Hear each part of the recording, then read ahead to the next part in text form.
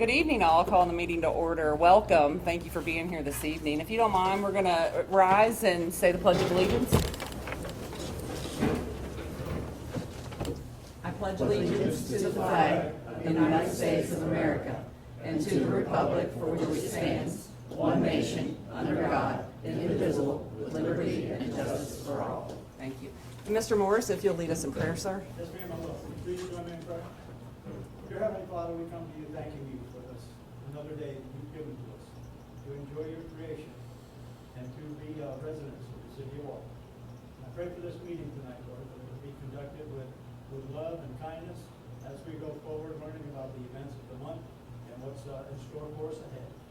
I thank you for the city council. I thank you for the mayor. I thank you for those who will be speaking tonight, Lord, and I pray that you would be with each and every one of us. Guide and direct us and give us wisdom as we go. In Jesus' name, amen. Amen. Thank you, sir.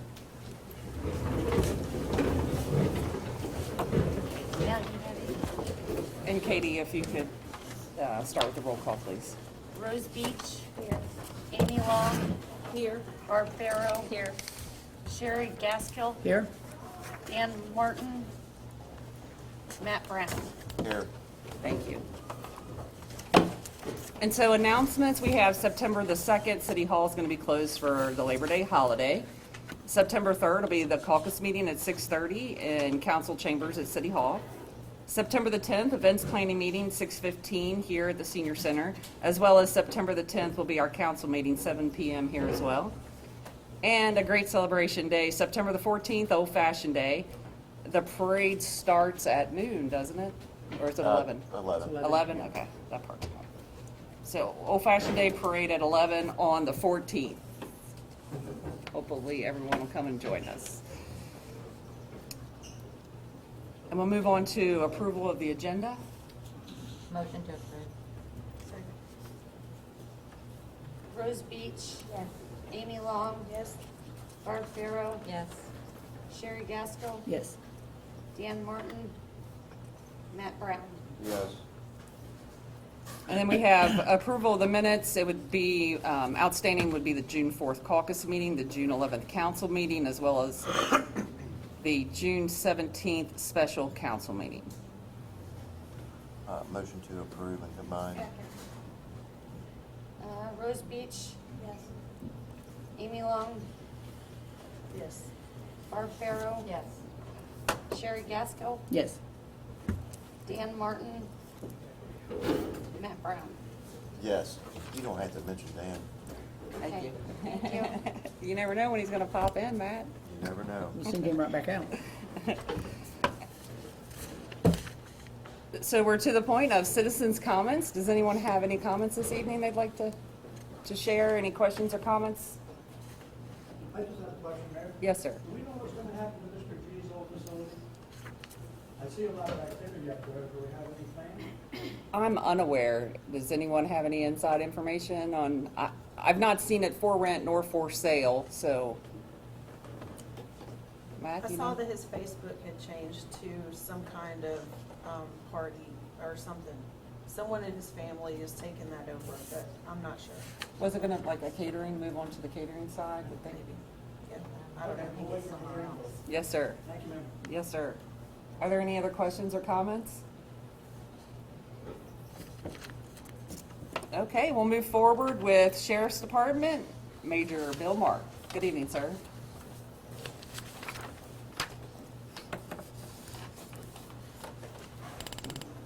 Good evening, glad to be with you all tonight. Council has a copy of my activity report for the month of July. The Sheriff's Department logged 836 law enforcement events in the city of Walton in the month of July. Some of those include 6 911 hang-ups. Deputies responded to 19 alarms, 10 attempts to locate, 3 animal complaints. They worked 23 auto accidents, and of those 23, 18 were in parking lots, and half of those were in the flying jail. So, know who the prime offender is there. They logged 23 business checks, attempted 42 civil and criminal summonses, investigated 2 criminal mischief reports. They handled reports of intoxicated persons, 6 emotional crises, 2 juvenile trouble calls. They handled 3 motorist assists. They responded to 4 overdoses. Just FYI for you, that's the highest number of overdoses in a month in your city in over 3 years. 7 requests for information. Involved 349 spot checks, 13 suspicious activity reports. They investigated 1 theft report. I believe that was also at the Flying J. 8 traffic complaints were logged. Deputies conducted 57 traffic stops. Investigated 21 vehicle complaints. We unlocked 5 cars for motorists. Handled 5 wanted person calls, and all told, they issued 58 citations and made 5 arrests. Any questions I can answer for y'all? What is an emotional crisis? Where a person is experiencing an emotional crisis, Like a panic attack or something? or they may be reporting that they're suicidal, or just having emotional problems. I don't have a question, sir. Well, actually, I do. A citizen called, and they were concerned about the stop sign at Central and Stevenson Mill. She said often, and she lives right there by the stop sign, that often Yeah. folks just blow through it. Okay. So as usual, when, Be happy to add to the list. thank you, sir. Appreciate it so much. She'll be happy to hear that. Thank you. Thank you. Moving right along to Fire Department Chief Joey Best.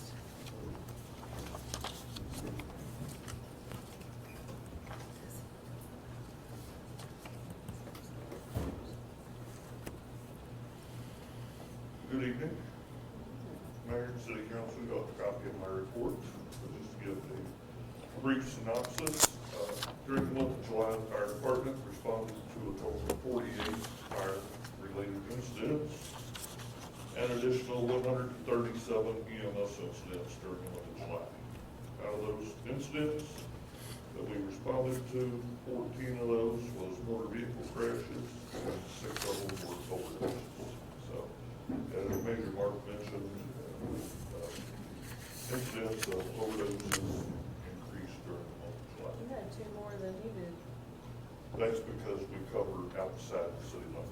Gotcha. So this is the total for this.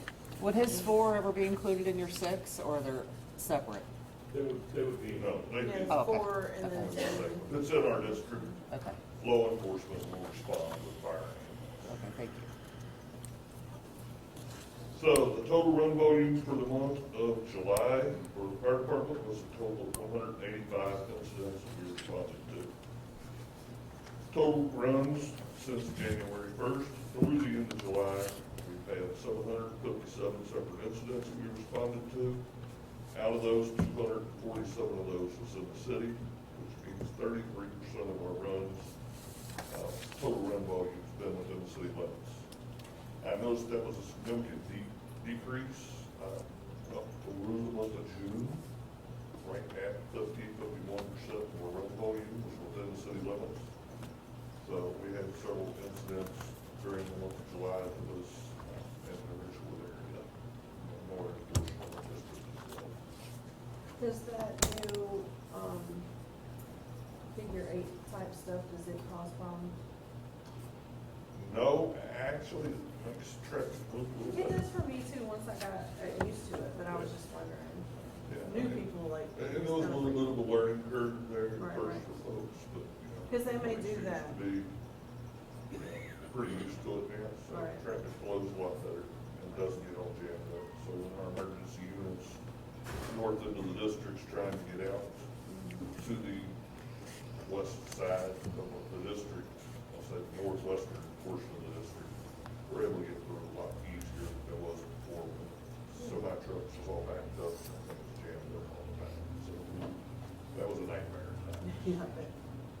Sorry, didn't mean to interrupt you. No, you're fine. Anybody have any questions? Mayor, the council, citizens? I just have one announcement tonight, I'm sure everybody's aware of. I mentioned it previously, as a tentative announcement, and it's been confirmed. We are going to have an open house of the fire station here on Town Center Drive. It's going to be on October 19th from 11 a.m. to 3 p.m. We're going to have some hot dogs, hamburgers, some food, whatnot. The 2 new engines that has been on order and is currently being built as we speak. I am excited to have received information that they should be delivered the week of October 12th. So invite everybody to come up and take a look at those. All right, Thank you, sir. thank you. Cardinal Engineering, Mr. Matt Bogan.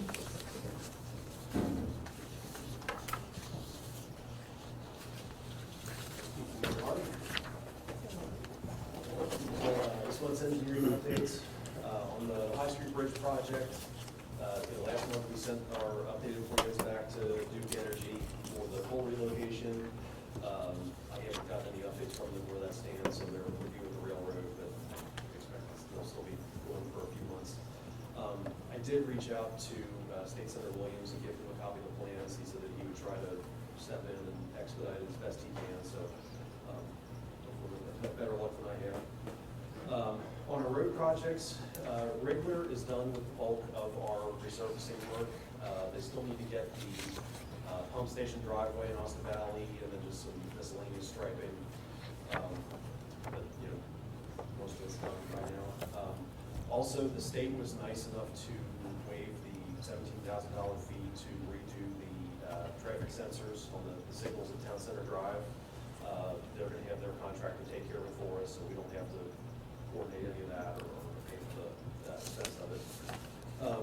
We got the concrete panel replacement bids back. There were six bidders. The lowest was Rector Excavating. Their price was $66 a square yard for street panels, and $54 a square yard for sidewalks. The next one after that is a company called Dirtworks AG. They're new in the area. Their prices were $84 and $74 a square yard respectively. So council's decision on awarding that contract. Jerry and I have had a number of smaller scale patching repairs, asphalt patching repairs that came up just from water main repairs that they've done. I asked Wriggler about incorporating it into their work, and they don't use their main resurfacing crew for that. They have a separate crew that handles the smaller patching, and they are booked up until probably late November, early December. So Jerry and I have been reaching out to some other contractors on the side to see if they, the prices are appealing and if they would be able to get to it sooner. So hoping to have some answers on that in the next couple of weeks. And then we've been talking about the speed humps to roll those out as a traffic calming measure. The first one's going to be going in on University Drive near Paget. We got it laid out last week. They just, the crew needs to get an injector for the epoxy that goes in the bolt holes. So Jonathan was working on that. I think he said maybe he'll get that this week. From there, we'll just keep an eye on things, listen to feedback from the residents, see if it's getting the job done, and then consider doing more of those in other locations. On the Owens Park improvements, we had our bid results for the first phase of the multi-use path. There were 2 bids. Wriggler was the low bidder at $150,345.35. Tomashko Excavating had the other bid. Theirs was $161,527.29. But Wriggler, again, because of their workload, they pushed their completion date back to November 30th. Tomashko said that he could get to it by mid-September. So, I think either of them would do a fine job out there. It's really just, the council has a preference between going with the lower cost or earlier completion date. And then an update, just a quick MS4 update. The contractor that was doing the work between Lareco and Mary Groves Extension has been back out to clear up the marshy area in the backyards. He had a hell of a time working with the wet soil out there. But it's got the cattails cleaned up and kind of reestablished the ditch line. One of the property owner that's next up the ditch line from there asked if we could go a little bit farther. The contractor said he could, but, you know, given the issues he's had so far, he wanted to get an excavator on the longer arm and get it from the area, which I feel like probably we'd be looking at some additional expenses on equipment and labor on that. So the amount that he gave us, he quoted us so far is $9,150. I don't know what the additional expense would be. I would assume the $20,000 we have to bid it. It would not. I do not think so. I'd say another 5,000. Will doing that prevent further problems? It's gonna be something we have to keep an eye on. It's just because of how much water goes through there from the road. It's the weather is pretty tough out there. To do it, to have more of a permanent long-term fix, I think would be probably more costly. Just maintain it as it is. Without doing this part, or is this part a beneficial thing? I think it's Keep up with beneficial. it better. Yeah, it keeps it within city right of way. You know, we still need to monitor it. A few years coming up there, just putting any like this right.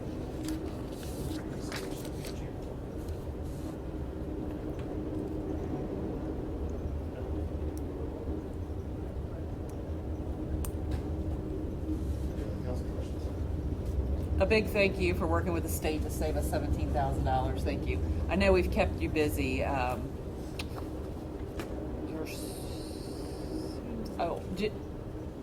You said Jonathan stated that he should have the tool he needs this week for the install? I believe so. Yeah, he had ordered, it was, I don't remember the day it wasn't, so it was water. Awesome, thank you. Yeah, everything else is ready. You know, I've met with the crew. We've, you know, laid everything out, you know, showed them how to put everything together, mark the spots in the field. So it's just a matter of tossing everything onto the truck, taking it out there, and then, you know, laying it out, drilling holes. Thank you, sir. Do Do you the want folks them over there know you're to doing vote on the walking path? I have knocked on doors. We were gonna put out a notice on the website and social media, just to Oh, yeah. get the word out citywide. If you Like want to, little you don't graphics, have to. this is It's just where it's time gonna is of the essence. I can do You wanna get it that. done. I was gonna take a picture of it once it's installed, just so How people can pressing see, that you is. know, that it's not just the small speed bump, but it's the large one that has the gap that the emergency vehicles can go through. But yeah, I can put a little map on there, show where the spot is. I like pictures. Yeah, you don't want to be caught off guard with that. And we'll have it marked with signs also on either side, so, you know, we'll have some things for it. Thank you so So, much. sorry, where are you also thinking about putting them besides one? You just have one, One currently, yeah, just as a trial run. We've gotten calls about, well, throughout Wildcat Run, had some calls on Mashburn, also Benninger, and Church Street, I think were the other ones. Yeah, those are the ones I can think of, but, yeah. I have a family that lives in Edgewood, and there's like 4 or 5 on their road, Linwood. Not many, Mhm. a little crazy, but then. Yeah, there's a few places up here, 3 or 4 Thomas, where they have several in the series. It's like those places have tons of money. Yeah. And probably a paper tax. All right, thanks, everyone. Thank you, Mr. Bogan. And so Mr. Duncan shares that council, if you choose, we can go ahead and discuss and decide on the Owens Park development, the 2 bids, again, one being at $150,345 and the other one $161,527. Now, when we received the bids from Damasco, do you remember how long ago that could have been? I'm just curious because he has a September 15th hard stop date that, The date was? was, I'm just curious if that's still doable, and if it's worth $11,000 to I think it was the 30th. the 30. the completion date was? Well, the completion date they have is 9/15, Right. but when potentially did he present that? Because obviously time's elapsed and, Bid opening was on July 19th. And when was, And when they're, was the they're proposed still not start doing and down there right finish now date? either, so. I mean, he was, I don't remember the specific start date, but it's pretty much, he would get on it right away. I talked to him today, he said that he's in a bit of a lull for the season, and then, towards late fall, when the golf courses start shutting down for the season, they have several of those jobs doing their park cats and stuff like that, so, yeah, he said he's got, I think, 2 jobs to wrap up and jump right on. council, it's open for discussion. Do you feel a certain way? They're still working down there, tearing down the house too, so. Which they should be able to work around, right? It's not really in the way. Maybe. And this is a path. I think we can wait for it. I think so too. I think we should. 11,000, I think we could I don't wait. think we need to spend 11,000 on this section. So are we good then with moving forward with Riegler?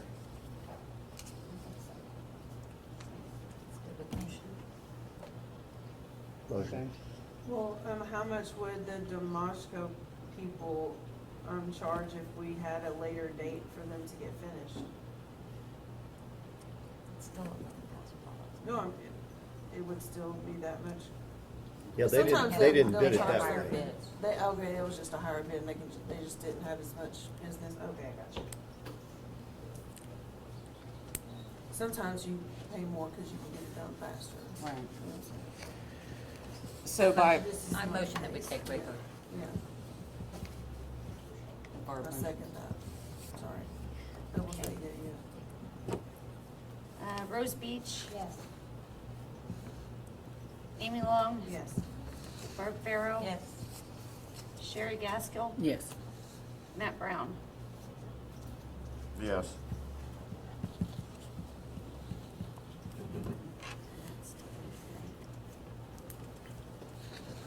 And Mr. Bogan spoke of the 2024 Walton Streets project for the concrete road street panel replacement on the city streets. Again, we have the bids in hand. I would, on that one, I know it's a little bit higher. What was the estimate on the panels? The difference in the price for dirt works and, Rector, 4 or 5 panels or? Oh, the number of panels,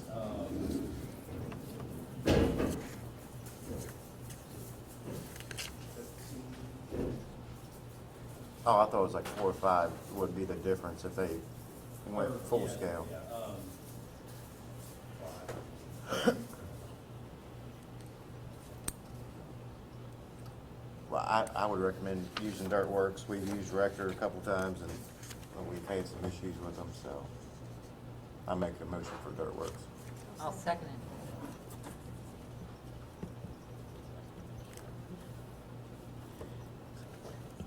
Okay, Rose Beach, Yes. Amy Long, Yes. Barb Farrow. Yes. Sherry Gaskill. Yes. Dan Martin, Matt Brown. Yes. Thank you, Katie. Moving right along to ordinance 2024-09. It's the second reading, an ordinance of the city of Walton prohibiting all cannabis business operations in the city as permitted by KRS 218B.130. Mr. Duncan? Thank you, Mayor and Council. That, as the Mayor indicated, this is second reading. You can adopt this ordinance tonight if you like. Basically, in the whereases, it describes that one of the options that local governments have under the new laws is to prohibit cannabis business operations within their territory. If adopted, this ordinance would prohibit business operations, cannabis business operations within the city. One of the whereas it says the mayor and city council of the city of Walton do not believe that it would be in the best interest of the city and its citizens, property owners, visitors, and businesses to allow cannabis business operations within the city. and that such would be an additional burden on the city's water distribution and wastewater treatment system. So you can adopt this motion, this ordinance by motion if you like. Motion to approve. Second. Rose Beach, Yes. Amy Long, Yes. Barb Pharaoh, Yes. Sherry Gaskell, Yes. Matt Brown. Yes. And then we have ordinance 2024-10, first reading, an ordinance of the city of Walton, Kentucky, approving the proposed goals and objectives of the Boone County Comprehensive Plan, our Boone County Plan 2045. Mr. Duncan? Thank you, Mayor and Council. This would be first reading of the ordinance unless you decide to adopt it by emergency. I was concerned about the timing. We have a deadline of September the 4th to adopt it, amend it, or reject it. We do have a September the 3rd caucus meeting scheduled, so we could qualify that as a special meeting and do second reading on this ordinance if you like. Attached to the ordinance are some exhibits. The main exhibit is at the end, at least it is on my copy, that sets forth the various goals and objectives that has been recommended by the Planning Commission. As indicated, it'll stand approved if the council does not take action by September the 4th. Representatives of the Planning Commission are here tonight to answer any questions that you might have. I have had a couple of council members indicate to me that there is some language that they take exception with, specifically encouraging the development of mixed-use neighborhoods and mixed-use developments. So you all can discuss that item and decide how you want to proceed. Well, I was working with you. Did you send that to? I did. Mhm. Do you have any objection to us amending it, approving it in that manner? As you know, I represent the planning commission's recommendation, so would it bother me? No, personally, but I have to represent the planning commission, which recommended as is. I know Councilmember Brown, he talked about it, we talked about the concern about that. And one of the things that I was trying to relate was we can deal with that in the elements. And we pledged to have a workshop with city council on that. One thing I do want to note is some of that language is language from 2017, the last time we updated it. So council did, of course it was a different council, and things have changed. You know, obviously the town center has changed quite a bit, and the concern I'm sure arises with that. So I can tell you, the city of Florence and Union adopted it as is. The fiscal court had two changes, and they're having the first reading on the 20th, is that correct? On August 20th, and then second reading is September 3rd, just before the deadline. So, and historically, we've had, depending on the year, we've had all four agree, and then on some occasion, we had the cities disagree with what the county was doing. So, I mean, it does happen. And it is intended to, you have to feel comfortable with it. If you don't, that's up to you folks, because you have the final say. Anybody else? And I did see, Mr. Duncan sent me the draft, the cross-outs. Basically, you're essentially crossing out where it says mixed use on three areas. Actually, I just found the fourth one. I'm sorry I missed that one. I sent it to you. Okay. It's on page 2.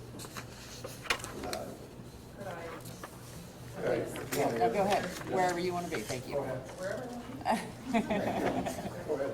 So just with respect to mixed use, I think that it's important to understand that there's a differentiation between the concept of mixed use and of land use, because within our existing land use mapping and within our future land use mapping, mixed use is not one of the labels on the map. So it is a broader concept. I do think that if you are looking to remove that concept, it is a bigger change from what was carried forward from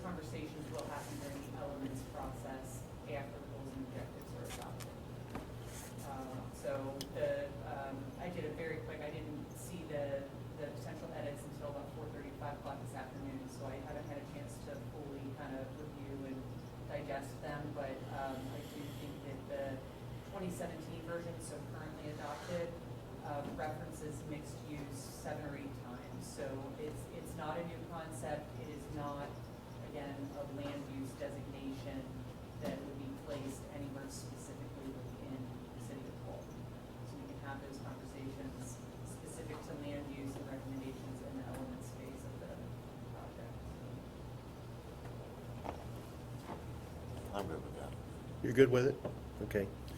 Well, anybody else? All right. I make a motion to approve. I'm okay with it. I'm all right. As long as everybody looks at it during the elements. Amy Long motions it, and then you second it. Somebody make a motion? Amy motion. I'll Well, Matt Second. seconded it. Oh, is that right? Okay. Sorry. Seconded. Matt seconded. Without amendment, correct? Yeah, I think, Yeah, as is what you and I discussed. yes. Yeah, okay. So Rose Beach, Yes. Amy Long, Yes. Barb Farrow, Yes. Sherry Gaskill, Yes. Matt Brown. Yes. And not to go out of order, but to Mr. Duncan's point, it would require a special meeting in order for the second reading. And so will everyone be good with our caucus meeting called as a special meeting in September? That's fine. Okay. Katie, can you make note of that? Because it will have to be determined to be a special meeting.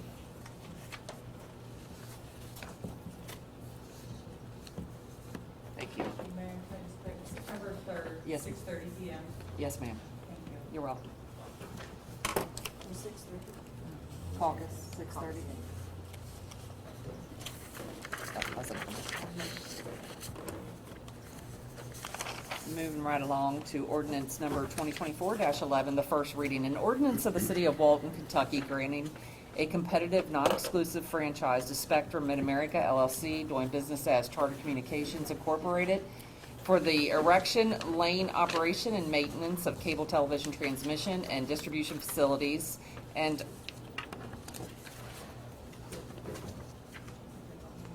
we battle back and forth on that Where were word. you? Appurtenant Appurtenant. appurtenant equipment in, along and across the public ways, roads, streets, alleys, and other public places in the city of Walton, Kentucky, for furnishing and selling cable and related services and products by means of said facilities, and authorizing and directing the mayor, city clerk, and the city attorney to negotiate and execute an appropriate franchising agreement to carry out the terms of this ordinance. Mr. Duncan. Thank you, Mayor and Council. This is first reading of the ordinance, so by further summary, Kentucky Constitution and statutes require that utilities such as cable utilities need a franchise in order to have their equipment and lines and whatever within the public ways of the city. This is the next step in accomplishing that. Spectrum's franchise had expired or will expire. I'm pretty sure it's expired. So the first ordinance that you adopted was to create a new franchise, put it out for bid. Charter Communications doing business as Spectrum, or I guess I got that backwards, Spectrum doing business as Charter, put in a bid for it.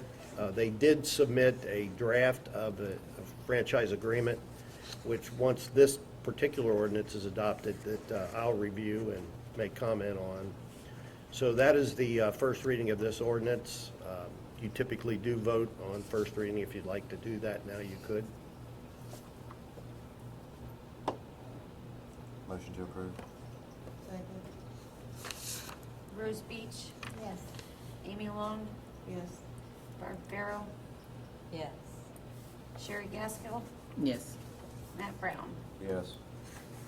Ordinance 2024-12, first reading, an ordinance of the City of Walton, Kentucky, creating a new section of Chapter 36 of the City of Walton Code of Ordinances in order to adopt a policy for city travel by city employees and elected officials. Mr. Duncan. Thank you, Mayor. And again, this is first reading of this ordinance. This is the next step in trying to tighten up some of the policies that we have here. I'm going to go ahead and read it. This is the travel policy for all Walton City employees and elected officials. the City of Walton will pay for or reimburse for travel expenses for city employees and elected officials only for travel for city business and as authorized by the mayor according to the following. Public transportation shall be utilized if feasible. 2, for air travel less than first class will be used, however, under justified circumstances or for expediency, the mayor may authorize other travel means. 3, official travel in privately owned vehicles will be reimbursed at the mileage rate determined by the IRS rate. 4, other necessary expenses such as taxis, parking, tolls, telephone charges incurred for city business, service charges, and other similar expenses may be authorized and approved for reimbursement at actual cost. 5, all lodging and meals will be reimbursed at actual cost, but shall not exceed the U.S. General Services GSA per diem for lodging and meals. A, under that, in no event shall alcoholic beverages charges be reimbursed. B, alcoholic beverages shall be invoiced separately from any food or allowed drink items. B, under the ordinance says other allowable travel expenses. 1, registration fees incurred by attending a meeting, training, or conference on approval of the department head and the mayor. 2, the use of a rental car will be reimbursed only when the use of such vehicle is more feasible than any other type of transportation. 3, tips shall be reimbursed at a maximum rate of 20% of actual meal expenses. 4, copying charges for documents received while on city business away from the office. And 5, any service charges which might be incurred while on business of the city. C, all itemized receipts, whether paid by city credit card or by the employee or elected official, shall be submitted within 14 days after return from travel. If receipts are not submitted within the 14 days, the employee or elected official will be held responsible for the expenses. So that is more than a summary of the first reading. And again, you all typically like to vote on first reading. Motion to approve. Second. Bruce Beach? Yes. Amy Long? Yes. Barb Farrell? Yes. Sherry Gaskell? Yes. Matt Brown? Yes.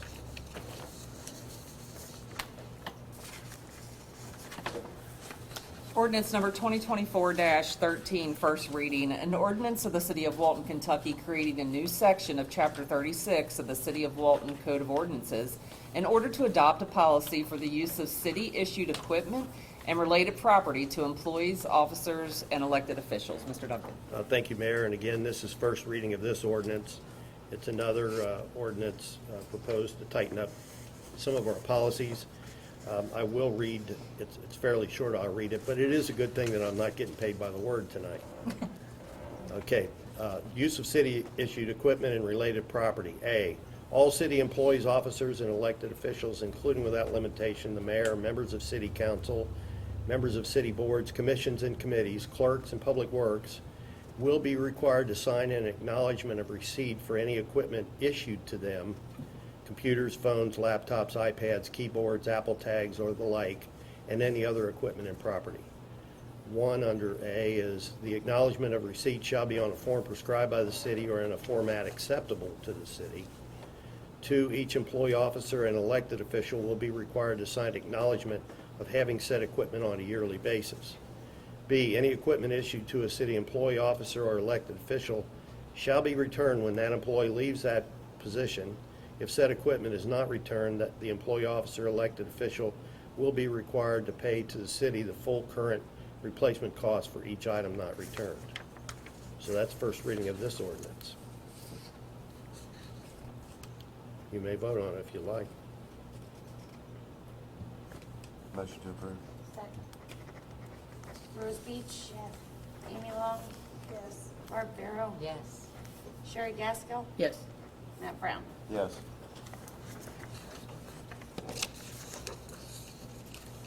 Ordinance number 2024-14, first reading. An ordinance of the City of Walton, Kentucky, amending ordinance 2024-02 and section 36.04 in chapter 36 of the City of Walton Code of Ordinances in order to revise the city's policy for the use of city credit cards by city employees, officers, and elected officials. Thank you, Mayor and Council. This ordinance amends one that was adopted earlier this year regarding the use of city credit cards. It tightened up the policy and requirements for using and getting reimbursed for city credit card use. The only changes to this is we had a 7-day requirement to return the receipt for travel and so on. We're going to make it consistent with the other ordinance, we're expanding that out to 14 days. Also, there was a provision in that previous ordinance that said if reimbursement is not made, the applicable amount shall be deducted from the next pay. I've given the opinion that that is not lawful, so we're proposing to remove that from this ordinance. So that's the first reading of that one. Motion to approve. Rose Beach, Yes. Amy Long, Yes. Barb Farrell, Yes. Sherry Gaskill, Yes. Matt Brown. Yes. And so next on the agenda, we do have an executive session and a closed session. Prior to that, I would just like to open it up for the council comments. If you have anything to add, Rose?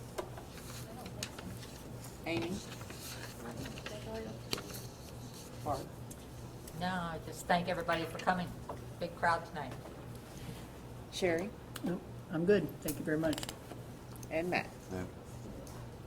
I agree. Thank you for everyone just showing up and being a part of this great little community. So I appreciate the faces that have been, the new faces that have joined.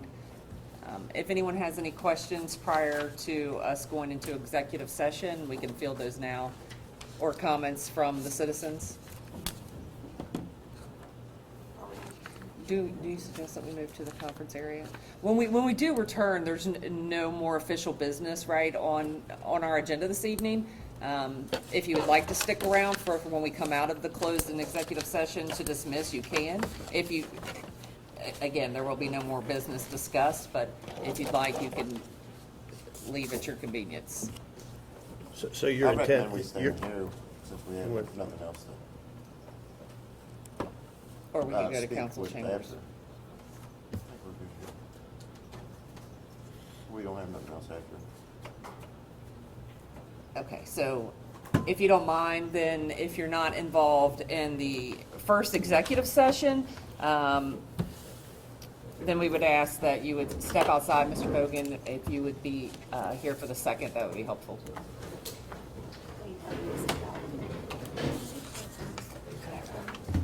Yeah. Mayor, who are you inviting to the? So for the executive session to Oh, go, yeah. oh, I apologize. So for the executive session to go into closed session per KRS 61.810, deliberations on the future acquisition of or sale of real property by a public agency, but only when publicity would be likely to affect the value of the specific piece of property to be acquired for public use or sold by a public agency.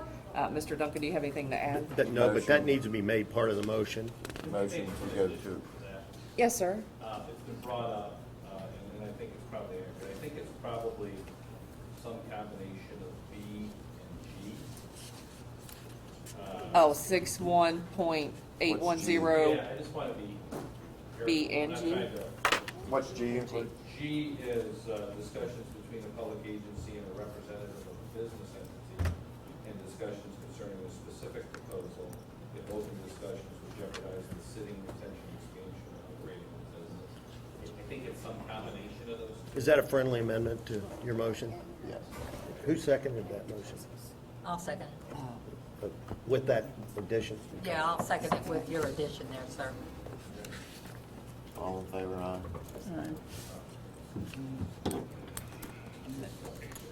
So included in this is executive session would be the two attorneys and Mr. Fulmer? Yes. Thank you. Sorry. We'll be